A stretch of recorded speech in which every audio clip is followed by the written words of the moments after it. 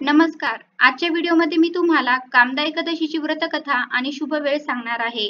पण त्याआधी तुम्ही चॅनलवरती नवीन असाल तर चॅनलला लाईक करा आणि सबस्क्राईब देखील करा. कमेंटमध्ये श्री स्वामी समर्थ किंवा ओम नमो भगवते वासुदेवाय नमः लिहायला विसरू नका. दर महिन्याच्या कृष्ण आणि शुक्ल पक्षाच्या एकादशी तिथीला उपवास केला जातो. वैदिक दिनदर्शिकेनुसार कामदा एकादशी ही चैत्र महिन्यातील शुक्ल पक्षातील एकादशीला साजरी केली जाते. सनातन धर्मग्रंथामध्ये या व्रताला अधिक महत्त्व दिले आहे. कामदा एकादशीला कथा न पठन केल्याने भक्त शुभ फळापासून वंचित राहतो असे मानले जाते. सनातन धर्मात पापांपासून मुक्ती मिळविण्यासाठी कामदा एकादशीचे व्रत शुभ मानले जाते. ही महत्वाची तारीख जगाचे रक्षक भगवान विष्णू यांना समर्पित आहे. वैदिक दिनदर्शिकेनुसार कामदा एकादशीचे व्रत आज म्हणजेच 8 एप्रिल रोजी पाळले जात आहे.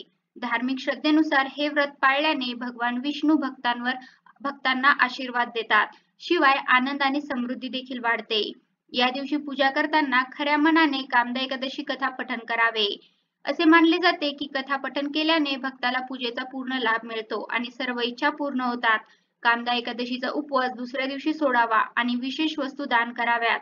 यामुळे उपवास यशस्वी होतो. वैदिक कॅलेंडरनुसार चैत्र महिन्याच्या शुक्ल पक्षातील एकादशी तिथी 7 एप्रिल रोजी रात्री 8 वाजता सुरू झाली आहे आणि एकादशी तिथी 8 एप्रिल रोजी रात्री 9:12 संपणार आहे. अशा परिस्थितीत आज म्हणजेच 8 एप्रिल रोजी कामदा एकादशी व्रत पाळले जात आहे. आता बघूया कामदा एकादशीची व्रतकथा. आख्यायिकेनुसार भोगीपूर गावात पुंडलिक नावाचा एक राजा राहत होता. तो नेहमी सुख आणि विलासात रमलेला असे. त्याच्या गावात एक पुरुष आणि एक स्त्री राहत होते, ज्यांना ललित आणि ललिता असे म्हणतात. एके दिवशी ललित पुंडलिकाच्या दरबारात एक गाणे गात होता. त्या काळात ललितचे लक्ष ललिताकडे गेले, ज्यामुळे त्याच्या गाण्याचा स्वर बिघडला. हे पाहून राजा रागावला आणि त्याने ललितला राक्षस होण्याचा श्राप दिला. या शापामुळे त्याची पत्नी अधिकच त्रासली. तिने तिच्या पतीसाठी लोकांकडे मदत मागितली. यानंतर ललिता शृंगी ऋषीकडे गेली आणि ऋषींना तिच्या पतीबद्दल सांगितले.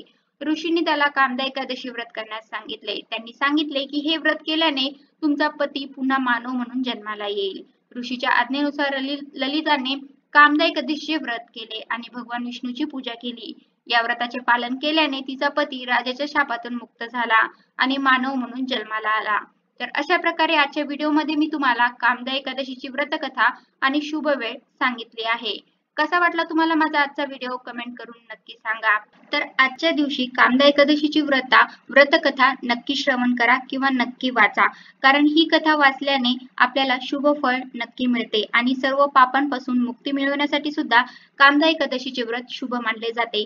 त्यामुळे आजच्या दिवशी तरी कामदा एकादशीची व्रतकथा आवर्जून ऐकावी किंवा वाचावी. त्यामुळे आपल्या सर्व मनोकामना पूर्ण होतात, सर्व इच्छा पूर्ण होतात.